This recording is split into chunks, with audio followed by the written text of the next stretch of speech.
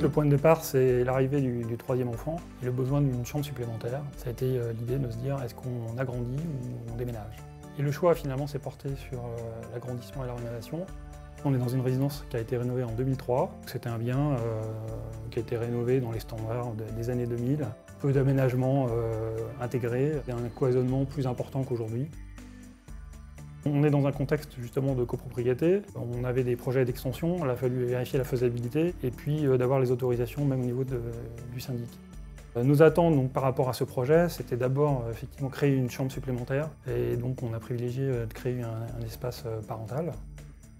Également de profiter de ce projet pour réorganiser l'ensemble de la maison au travers des espaces moins cloisonnés, plus lumineux, plus agréables à vivre en fait au quotidien.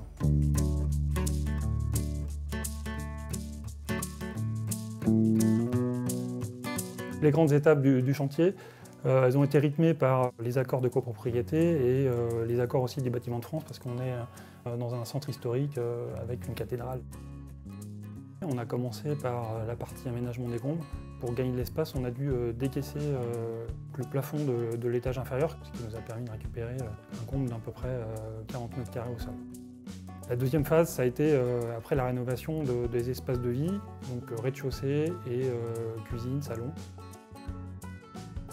Et puis cette extension en remplaçant le balcon comme loggia, avec un esprit où on est un peu dedans, dehors.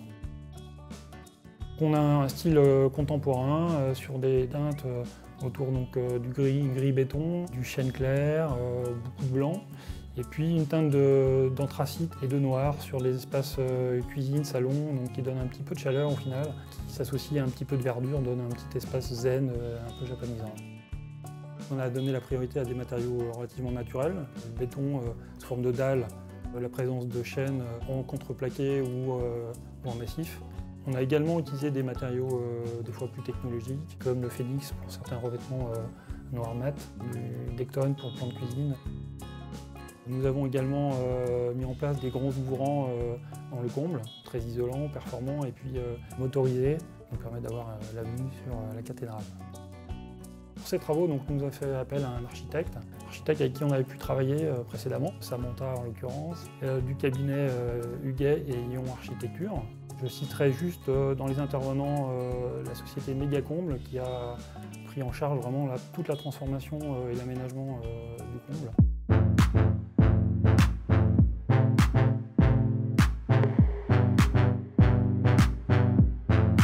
Il y a beaucoup de choses que nous apprécions dans notre nouvelle réorganisation de l'habitation. On a la possibilité d'avoir des espaces qui se transforment. Ici, par exemple, où on peut avoir des tablettes qui s'ouvrent et qui se ferment. Ou dans le salon, on peut le transformer en pièce de home cinéma. Donc voilà, c'est un peu ce multiforme qui a prédominé. La chambre supplémentaire, avec une grande suite parentale, où nous avons vraiment un espace indépendant. Globalement, on apprécie la luminosité générale et puis de capacité aujourd'hui à organiser, à ranger les équipements et besoins de toute la famille, parce que voilà, une famille de 5, c'est jamais simple.